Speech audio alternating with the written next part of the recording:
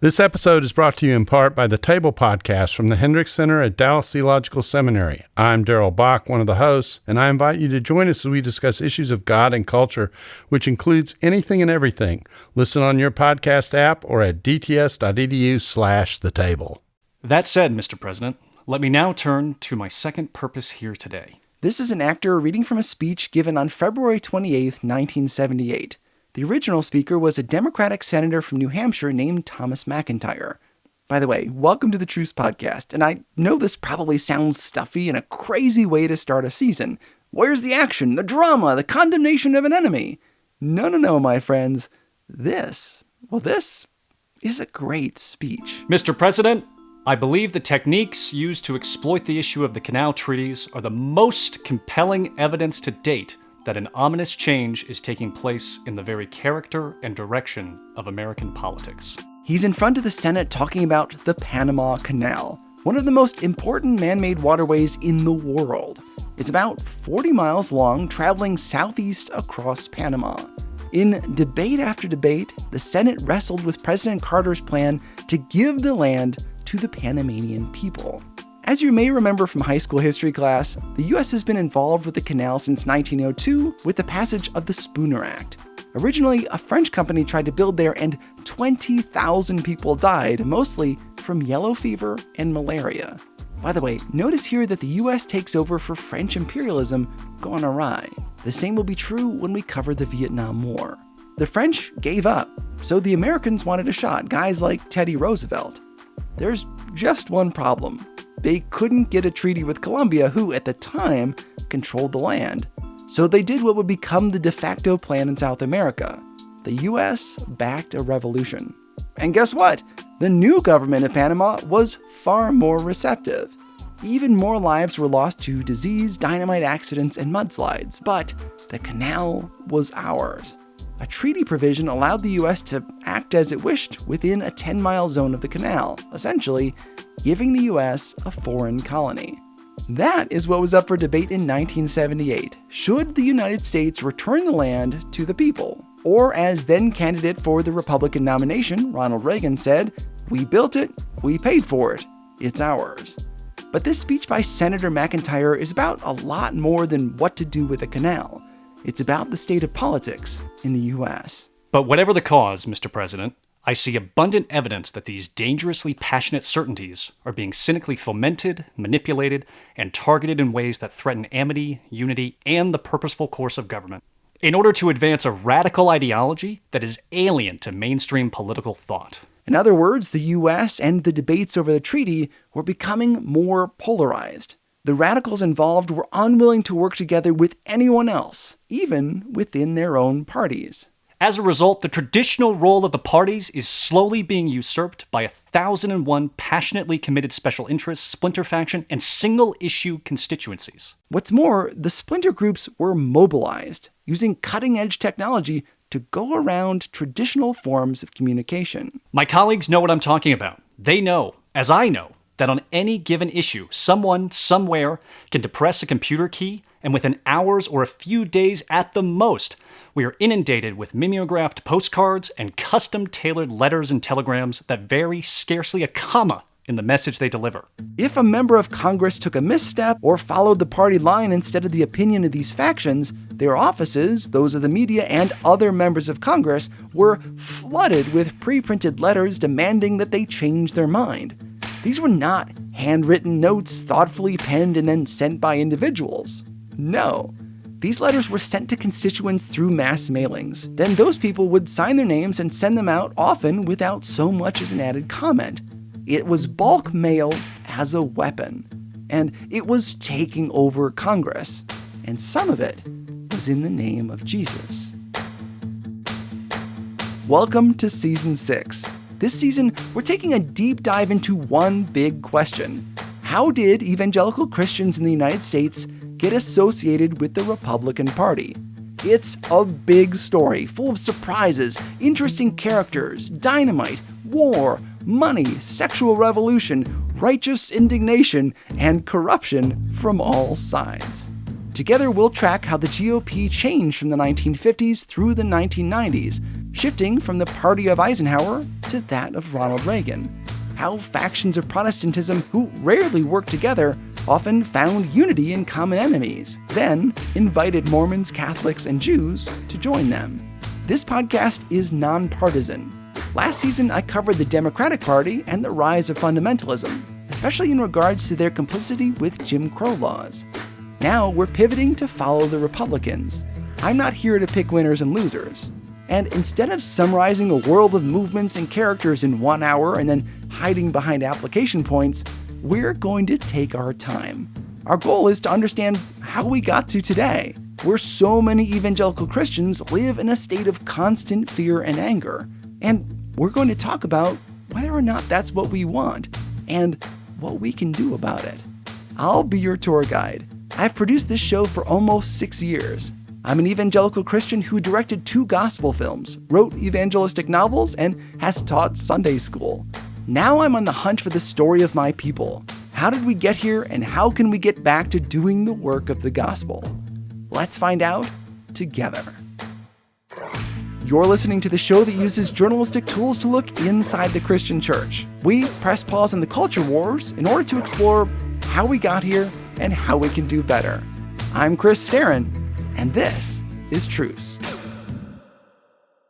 This episode is brought to you by No Small Endeavor, the acclaimed podcast from Great Feeling Studios and PRX.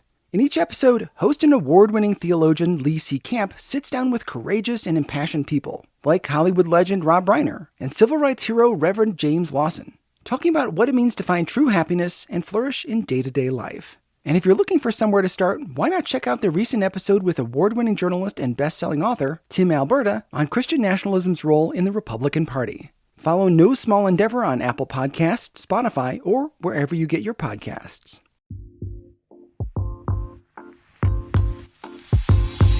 This episode is brought to you by Our Daily Bread Ministries, a global media organization that makes the life-changing wisdom of the Bible understandable and accessible to all.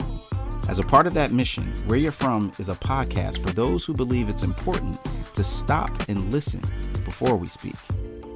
Join us on each episode as we ask another Christian thought leader where you're from and discover how their life experiences and expertise, even if we may disagree with something they say, offers us important perspectives worth thinking about.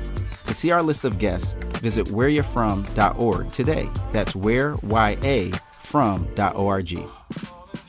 I'm Russell Berry, reminding you that it's not just about where you're at, but it's also about where you're from.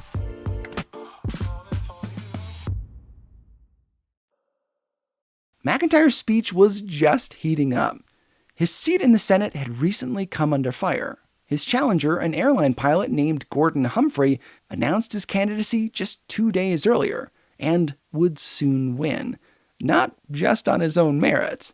Humphrey was backed by a new kind of political machine. By proceeding from the flawed premise that all of us are alike, it is easy for ideologues to conclude that we must see every issue as they see it, unless there is something sinister in our motivation.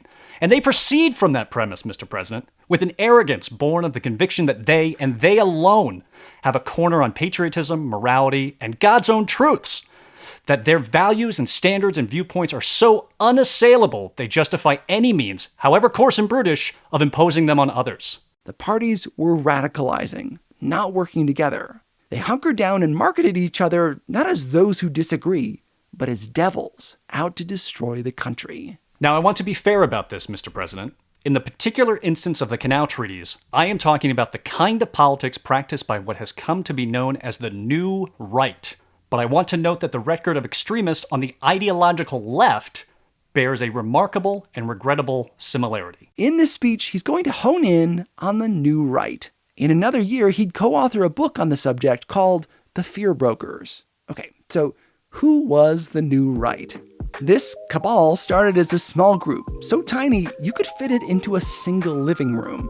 Their ideas were radical, based on a mishmash of teachings mixed with dramatic tax cuts. They wanted to dismantle the American government, institutions like public schools and aid for the poor, boost the military, undo the liberalism of the 1960s. And yes, those on the left picked up on some of their tactics. McIntyre was there to put into the public record the nastiness of the New Right. Last summer, the national director of the Conservative Caucus, Howard Phillips, one of the founders of the New Right, said conservatives should make, quote, a political sitting duck of Tom McIntyre over the canal treaties, and that the Conservative Caucus could, and I quote, make it a political impossibility for McIntyre to vote for that treaty. This was before McIntyre even knew which way he was going to vote. Howard Phillips and the New Right decided they would force his hand. Their people censured McIntyre, alleging he was helping the communists if he voted to hand the canal to the people of Panama. Here, if you will, the revealing words of Howard Phillips on other occasions. Quote, we organize discontent. We must prove our ability to get revenge on people who go against us. We'll be after them if they vote the wrong way. We're not going to stop after the vote's passed. And I hear the words of another spokesman for the New Right, Paul Weyrich, director of the Committee for the Survival of a Free Congress. Quote, we are different from previous generations of conservatives. We are no longer working to preserve the status quo. We are radicals, working to overturn the present power structure of this country. Mr. President, these people are different from traditional conservatives. I know the traditional conservatives of my own state. I've competed with them in the political arena. I have worked with them in behalf of our state. They are people of honor, civility, and decency. The New Right cannot comprehend how people of opposing viewpoints can find common ground and work together. For them, there is no common ground. And this, in my judgment, is the best indication of what they truly are. Radicals, whose aim is not to compete with honor and decency, not to compromise when necessary to advance the common good, but to annihilate those they see as enemies. This movement, the New Right, would revive a failing political party by radicalizing it. They did so with the backing of big business and the help of direct mailings targeted at people most receptive. Then use the money they raised to back their kind of candidates. They smeared anyone who got in their way. McIntyre was not the only representative harassed by the New Right. The same was true for others, like Mark Hatfield, a Republican from Oregon, who spoke later. I have a few letters with me today which are replete with phrases like, a vote for support of the treaty is an act of treason. You are a traitor for having indicated your support of the treaty. You are not an American. Others use anti-Semitic language that I won't repeat here. Hatfield continues. The second thing these individuals do is baptize their position with religious nomenclature. I have letters here. Quote, I thought you were a born-again Christian. Now I know you are not because you support the treaty. They do not bother to ask my view of Jesus Christ in an effort to reach some determination of my salvation. Instead, they chose to make a judgment on my religious salvation on the basis of my position regarding the Panama Canal Treaty. Imagine that. Having your faith questioned not based on your relationship with Jesus, the Gospels, salvation, your morality, whether or not your faith bears fruit, or if you dedicated your life to Christ, but on your opinions about the Panama Canal. The Panama Canal. This gets to the heart of what we're talking about this season. We're going to cover a lot of ground, go deep into the belly of the beast. There may be times when you wonder why we're covering the International Woman's Year, or supply-side economics, textbooks, public education, or televangelists. It's because it all ties back into what we've heard in this speech. Each of these pieces takes us one step closer to understanding this movement that lumps Jesus with national defense, low taxes, corporate gains, the Republican Party, and the New Right. Before we do, I want to ask you a big question, and have this question in the front of your mind every time we get to a big issue this season. Okay, here it is. What do we mean when we call something Christian or biblical?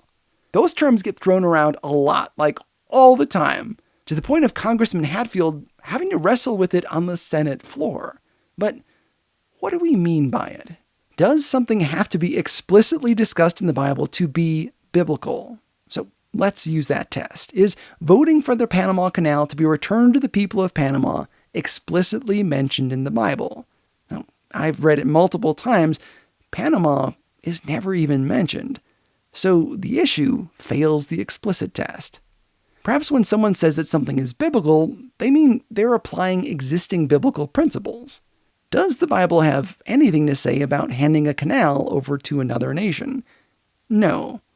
How about peaceably transferring land from one country to another? Not really. Imperialism? Not a lot. So what basis did the radicals of the 1970s have when questioning the actions of senators involved in the Panama Canal Treaty?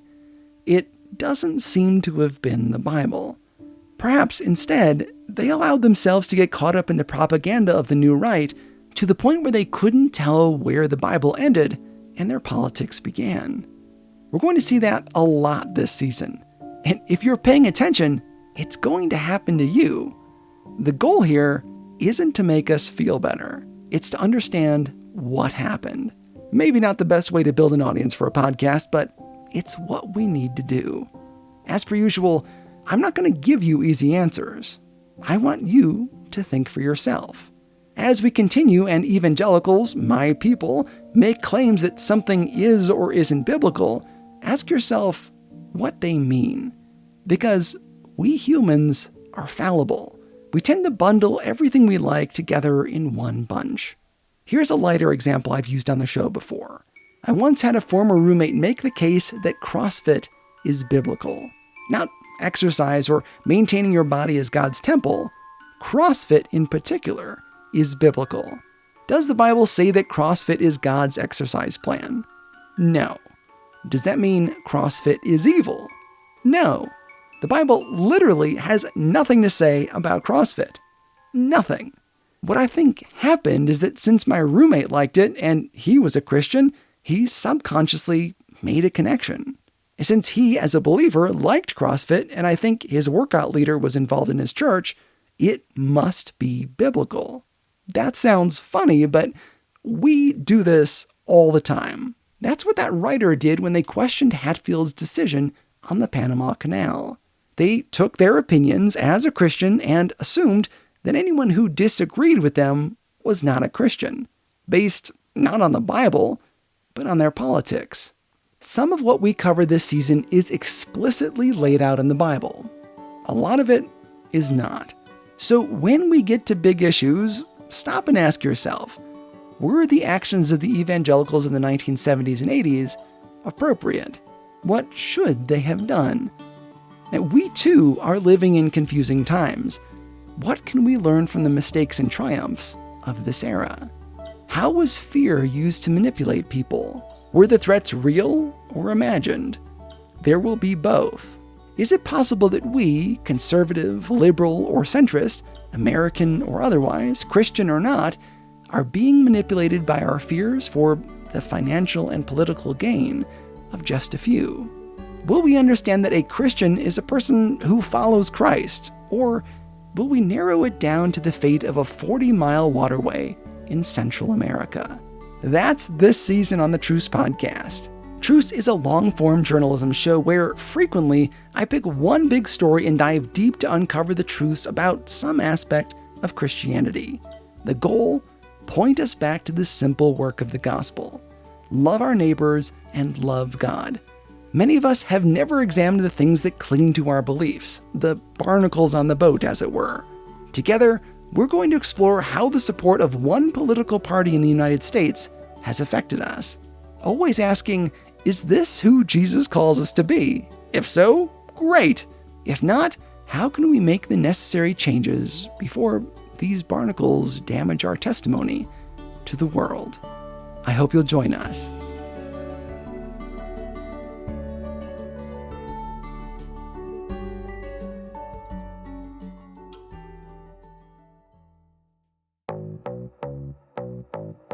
Thanks so much for listening. From here on out, God willing, I'll be releasing new episodes every 2 weeks with some breaks for holidays. If you're new to the show, welcome. Please like and subscribe so you get every new episode as it's released. Also, you'll notice that I ask for financial help at the end of most episodes. Money requests make some of us uneasy. This is not about greed. It's my hope to do this show full-time, which would mean more episodes for you and a healthier work-life balance for me. Right now, I'm doing this show while also holding down a full-time job driving a school bus. There is no obligation to give, and nobody is getting rich on Truce. I just need to keep the lights on in my apartment like everybody else. For those who want to help, visit trucepodcast.com/donate to learn about ways to give on Patreon, Venmo, by check, or PayPal. On the site, you can also find sources for most episodes if you want to go deeper on your own. I first heard about these speeches from the book Reaganland by Rick Perlstein. He'll be a guest later this season. And I'll have links to the entire text of the speeches if you want to read them for yourself on Google Books. Thanks to my friend Chris Sloan for loaning me his voice for this episode. Truce is a production of Truce Media LLC, and God willing, we'll talk again soon. I'm Chris Starrin, and this is Truce.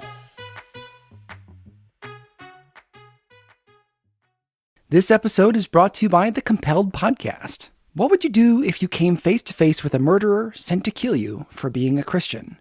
For Virginia Prodan, that question isn't hypothetical.